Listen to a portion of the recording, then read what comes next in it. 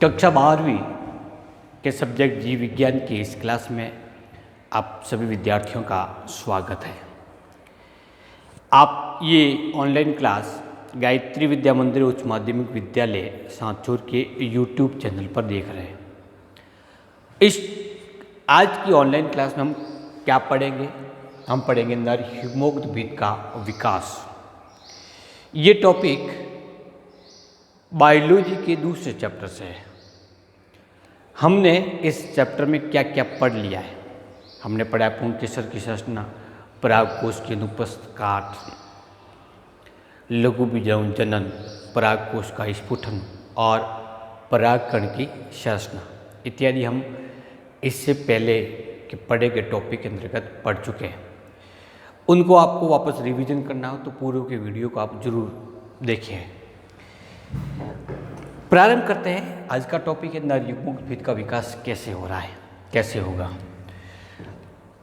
हमने इस संरचना को पढ़ा था, इसको नाम देते हैं परागकण या लघु बीजाणु।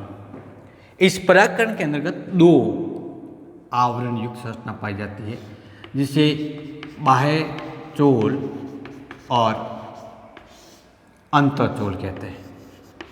इंटाइन कहेंगे या एक्जाइन कहेंगे।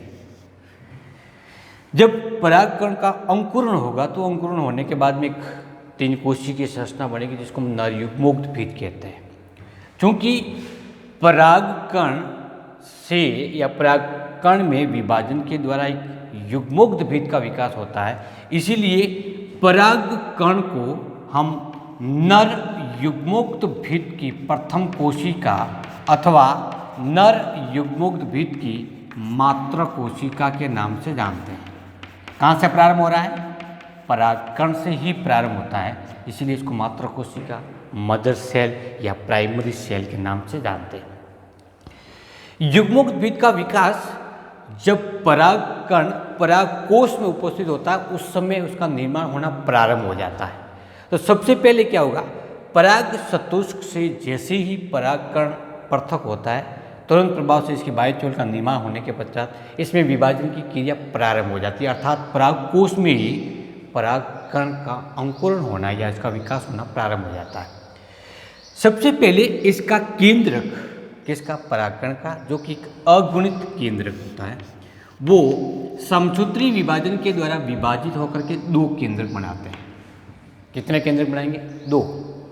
अब ये दोनों केंद्रक अलग अलग ध्रुवों की ओर गमन करते हैं।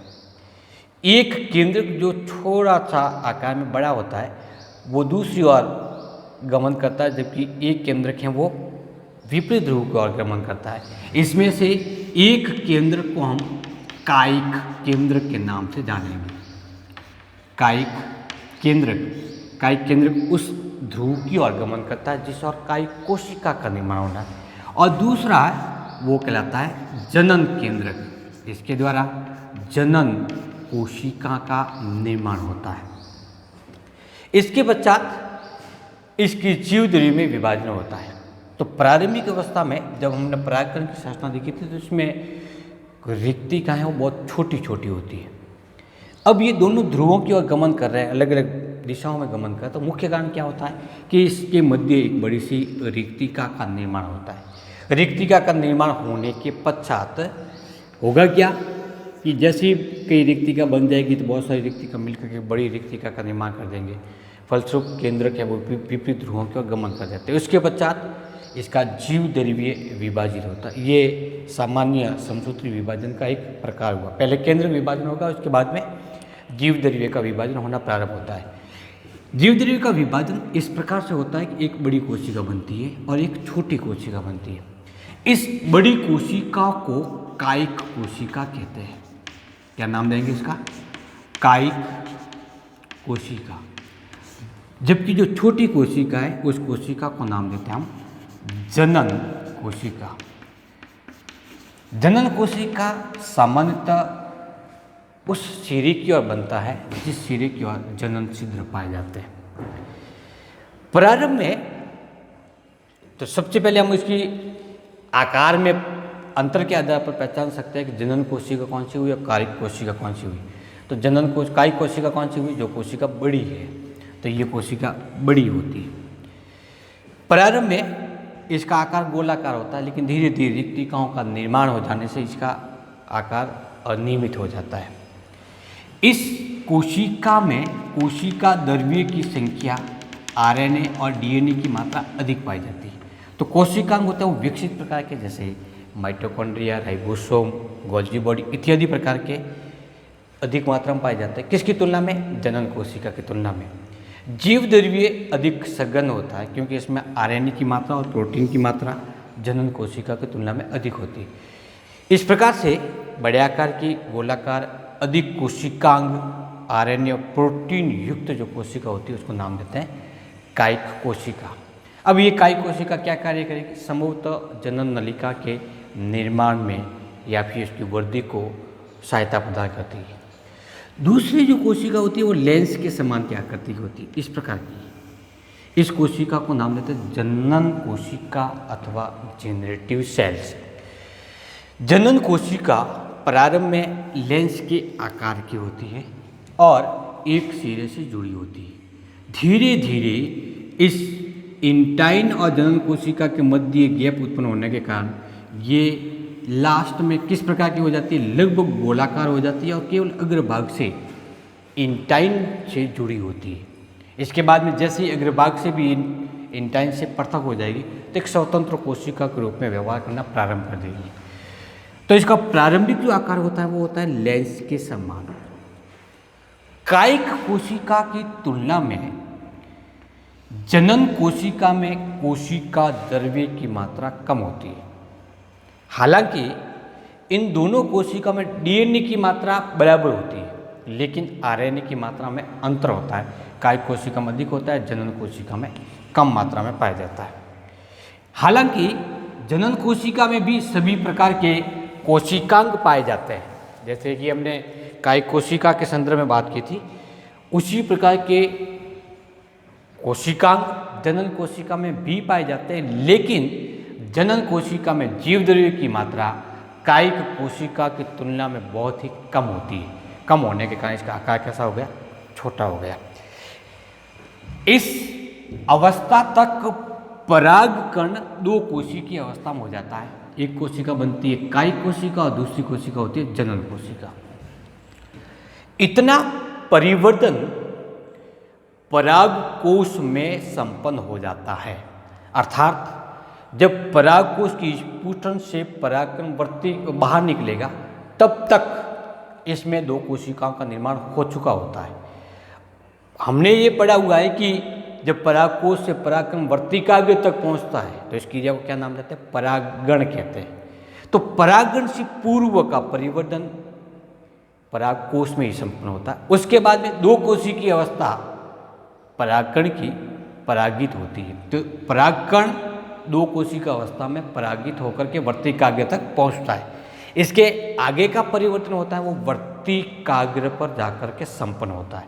अर्थात हम यदि छोटे से डायग्रामेटिक रूप से देखें तो ये एक वर्तिकाग्र है, वर्तिका है, इसके ऊपर एक परागकण परागकोश से आ चुका है, परागण हो चुका है। तो यहाँ पर कितने कोशिका होनी चाहिए? यहाँ पर दो कोशिका होनी चाहिए। एक छोटी जनन कोशिका होगी और एक बड़ी कायिक कोशिका होगी। इसके बाद का परिवर्तन इस वर्तिकाग्र और परागकण के मध्य होने वाली क्रिया, जिसको स्त्री पराग स्त्री पारस्परिक क्रिया कहते हैं, के द्वारा संपन्न होती है। वर्तिकाग्र पर पाए जाने वाले विशेष एंजाइम के कारण इस परागकण की बाह्य चोल जिस पर जनन छिद्र उपस्थित होता है उसमें वो प्रोटीन बाहर निकल जाती है। जनन छिद्र खुलने के कारण, जैसे ये इंटाइन और एक्साइन थी, यहाँ से जनन छिद्र में प्रोटीन भाग था वो बाहर निकल गया, जनन छिद्र खुल गया। इस स्थिति में इंटाइन इन नलिका इस जनन छिद्र से होते हुए बाहर निकलती है। एक छोटी सी नलिका के रूप में इंटाइन बाहर निकलती है।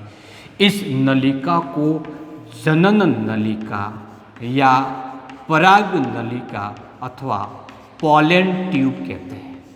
क्या नाम देंगे? Pollen tube.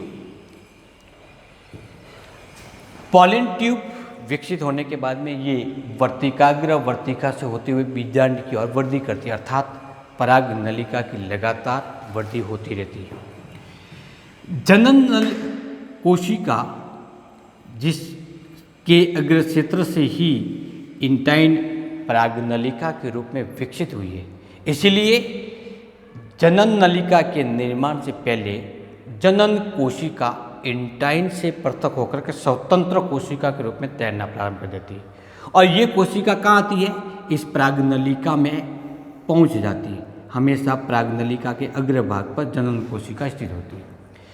इसके साथ साथ में जो कायिक केंद्रक था, कायिक कोशिका थी, वो भी जनन नलिका में प्रवेशित हो जाती है। तो ये जनन नलिका के अग्रभाग में क्या पाया जाता है, कायिक कोशिका।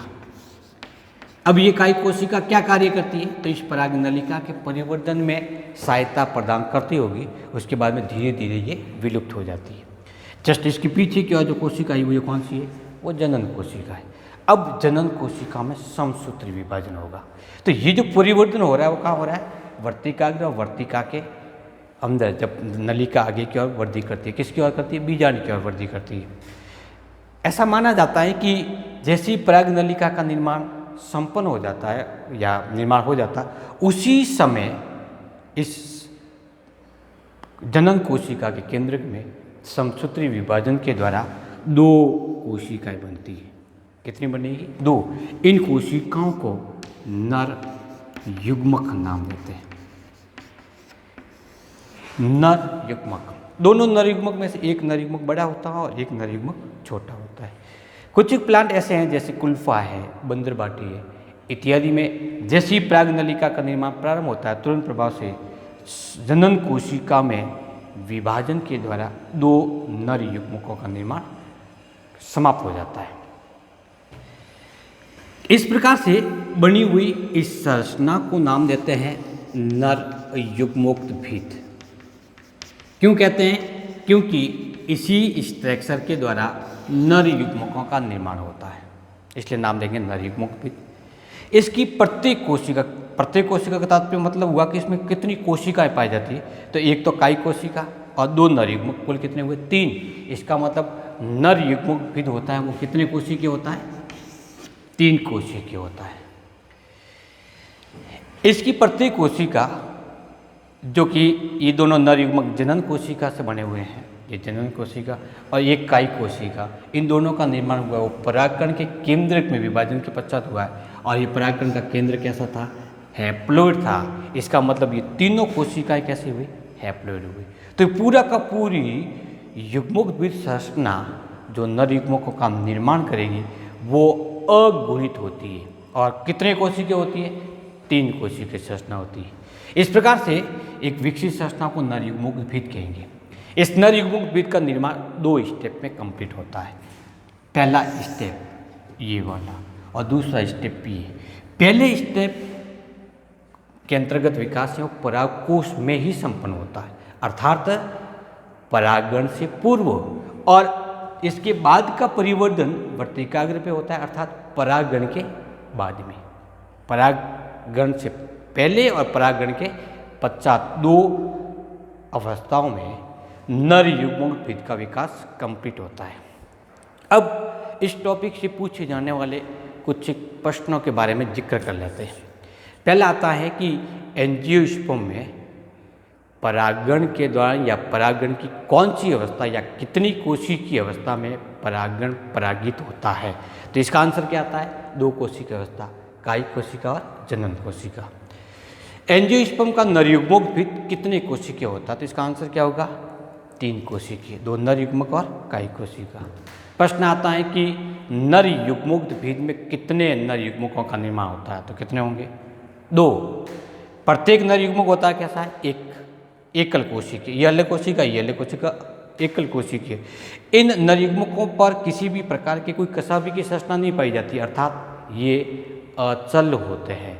और गुणसूत्रों की संख्या की दृष्टि से देखा जाता है तो ये हैप्लॉइड होते हैं। नेक्स्ट जो क्वेश्चन बनता है वो है कि परागकण की कौन सी भित्ति के द्वारा जनन नलिका या पराग नलिका का निर्माण होता है, तो कौन सी भित्ति होगी, वो इंटाइन होती है। कौन सी होगी, इंटाइन। जब हम इन दोनों कोशिकाओं के बारे में बात करें, जनन कोशिका और कायिक कोशिका में कोई दो अंतर लिखो। दो अंतर कोई भी लिख सकते हैं। कायिक कोशिका का आकार बड़ा होता है, जनन कोशिका का आकार छोटा होता है। जनन कोशिका से नर युग्मकों का निर्माण होता है, जबकि कायिक कोशिका परागनलिका की वृद्धि में सहायता प्रदान करने के पश्चात धीरे धीरे विलुप्त हो जाती है।